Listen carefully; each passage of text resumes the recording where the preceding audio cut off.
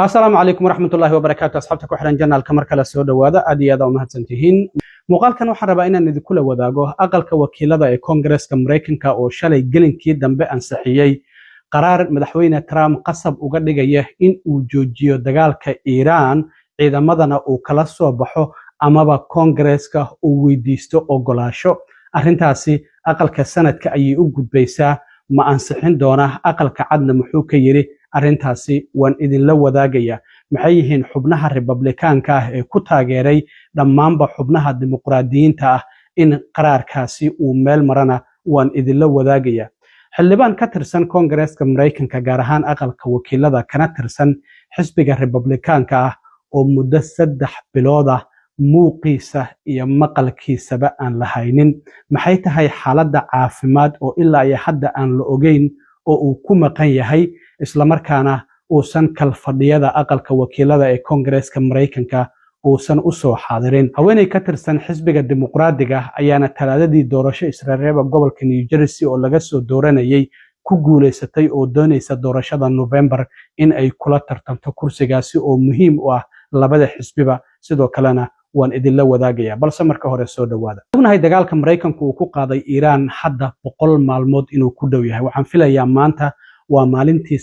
96aad ee dagaalka labada dhinac u dhaxeeya madaxweyne Trump waxa dastuurku uu u ogol yahay muddo 30 maalmood ah in isagoo Congress-ka ogolaasho aan ka helin in uu dagaal gali karo 30 maalmood marka uu dhamaado 30 kale oo kordhina ayuu heli karaa markaas kadib waa inuu Congress-ka ogolaasho uu ka helaa laakiin hadda 3 bilood ayaa dhamaatay welina nabad waarta Mareykanka iyo Iiraan colaadan ma aysan ka gaarin haddaba dhowr mar waxaa jirtay in aqalka wakiilada ee Congress-ka Mareykanka ay isku dayeen inay xadidaan awoodaha madaxweynaha isla markaana ay meel mariyaan qaraar madaxweynaha ku qasbaya in dagaalkan uu joojiyo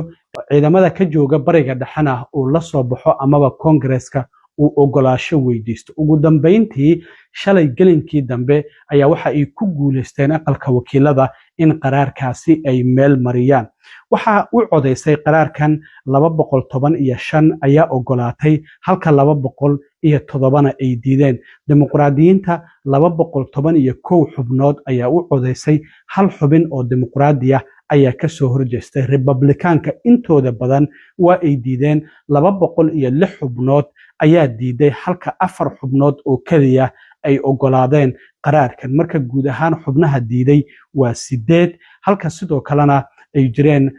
hal xubin oo isaguna xubnaha madaxa banaan ah oo isaguna gabi ahaanba diiday oo xubnaha diiday ku jira haddaba afayeenka aqalka wakiilada Mike Johnson dhowr mar waxa uu isku dayay qaraarkan inaan la soo hordhigin aqalka wakiilada 2 toddobaad ka hor ayaa waxa uu ku guuleystay in qaraarkan uu laga adkaado amaba uusan marin aqalka wakiilada laakiin ugu dambeyntii xildhibaanka la yiraahdo Gregory Meeks oo laga soo doortay New York ayaa waxa uu yiri intan nagu filan waa xubin sare oo ka tirsan guddiga arrimaha dibadda ee aqalka wakiilada isla markaana dadaalkan qaraarkan in la meel mariyo ah hogaaminaya waxa uu yiri waxa la joogaa xilligii madaxweynuhu waxyaabaha saxda ah uu sameyn lahaa maxaa yeelay shacabka Mareykanku way ka daaleen cabashada ah in ay kala doortaan dagaal amaba sidoo kalena shidaalkii ay ku shuban lahaayeen gawaarida amaba cuntadii ay dukaamada ka soo iibsan lahaayeen in ay kala doortaan xilligii waa la dhaafay isla markaana inta nagu filan ayuu yiri sidaas darteed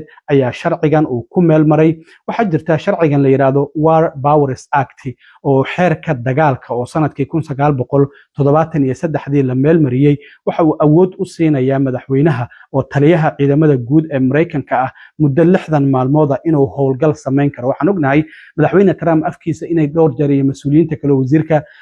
dagaalka iyo wasiirka arrimaha dibadda iyo taliyaha guud ee ciidamada Mareykanka afkooda inay ka dhowrayeen inay dagaal ugu yeeraan وهذا وحيابهن وده حيا أمريكا يولي إيران ويده هين وهولجل وأرين يرو عن سمينه سوق وجبينه مركز لحدن معلومات أي شرع جاسي دجالك ومدحوينها أود أصينا يا لحدن معلومات إنه هولجل كاسي سمين كرو صدر معلومات أو كله أي لغو كردين كرا مركز كده وإنه أقول شك هلا أقل ككونغرس كأمريكا مركز هذا أرنتها سوى حيسو حرنتي هرانتي بشي مي ولحدن كي معلوماتنا إذا ماتي حدنا صدر كي معلومات أو كله وإذا dhammaadeen welina wax heshiisa lagama gaarin dagaalkan labada dhinac u dhaxeeya marka xubnaha Republikaanka ee afarta ah ee dimuqraadiyiinta ku raacay meelmarinta sharcigan ayaa waxay kala yihiin Thomas Massie oo Kentucky laga soo doorto waa toddobaadkii hore xubintii Trump uu taageersanaa ayaa ka guuleysto Trump ninkan waxyaabo fara badan ay isku dagaaleen oo soo bandhigistii Epstein file ay kamid tahay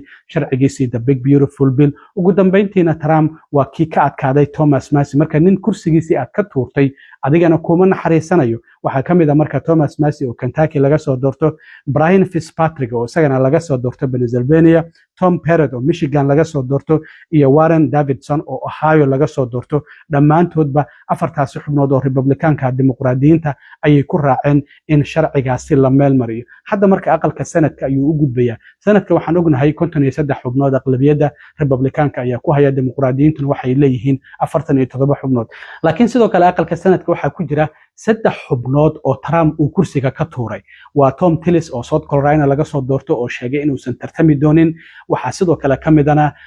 John Cornyn oo isaguna toddobaadkii hore oo musharaxii Trump uu taageeray oo Ken Paxton uu guuleystay isla markaana November uusan tartami doonin waxaa sidoo kale ku jira isagana Bill Cassidy oo Louisiana laga soo doorto oo Trump musharax uu taageeray uu ka guuleystay marka haddii marka saddexdaasi xubnood ay dimuqraadiyiinta la codayaan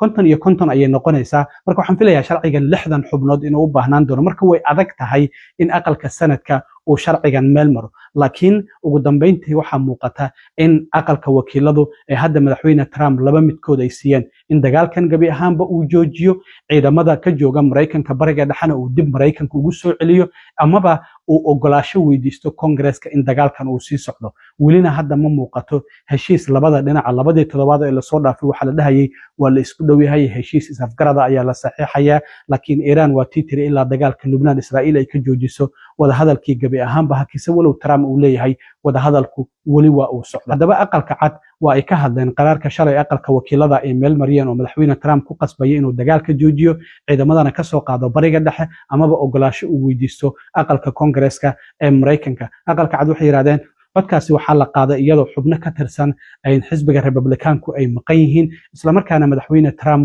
isagoo taliyaha ciidamada ah waajibkiisa dastuuriga ah ee ka saaran sugidda amniga qaranka Mareykanka waa uu sii wadaya marka Trump wali waa uu ka adkeysanaya inuusan ogolaasho uga baahnayn Congress-ka si uu dagaalkan u sii wado laakiin arrintan haddii xubno ka tirsan aqalka sanadka oo ilaa iyo 13 xubnood oo Republican ay ku raacaan dimuqraadiyiinta 47 ah arrintaasi waxa ay noqonaysaa in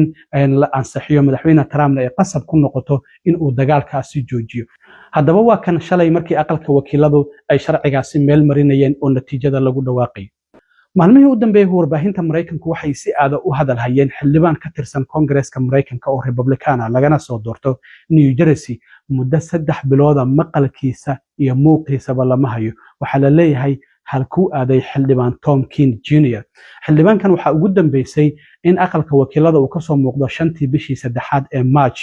guddiga uu ka tirsan yahay dhageysi ay sameynayeen haddana maanta waxa la marayaa 4 June 3 bilood oo buuxdo xildhibaankan lama arkin waxa la leeyahay xaalad caafimaad ayuu u maqan yahay madaxweyne Trump isagoo maqan ayuu taageeray doorashada November inuu xisbiga Republikaanka u tartamo laakiin dhamaadkii bishii hore ayuu soo saaray qoraal oo bartiisa X uu ku soo qoray waxa uu leeyahay muddo toddobaadyaha gudahood ayaan shaqada ku soo laaban doonaa waxaana aan shacabka Mareykanka aan u sheegi doonaa si hufnaana xaaladda caafimaad ee haysata iyo waxyaabaha aan ku maqnaa marka ilaa iyo hadda lama oga xildhibaankaasi isbitaalka uu ku jira lama ogo xanuunka laga daweynayo lama ogo laakiin muddo 3 bilooda maqalkiisana lama arkin 100 cod ka badan oo aqalka wakiilada ay qaadeen ma uusan soo xaadirin taasi oo waliba aqlabiyada yar ee aqalka wakiilada Republikaanku ay ku hayaan caqabad kale ku noqotay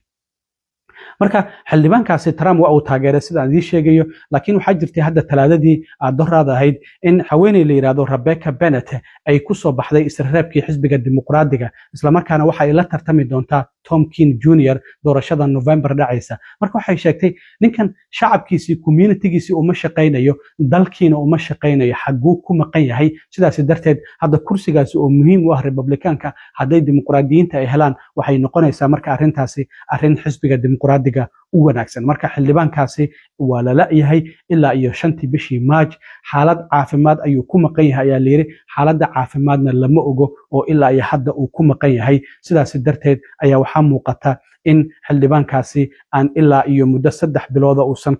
kalfadhiyada aqalka wakiilada uusan soo xadirin aad iyo aad u mahadsantiin asxaabta intaan mar kale kulmi doono nabadgelyo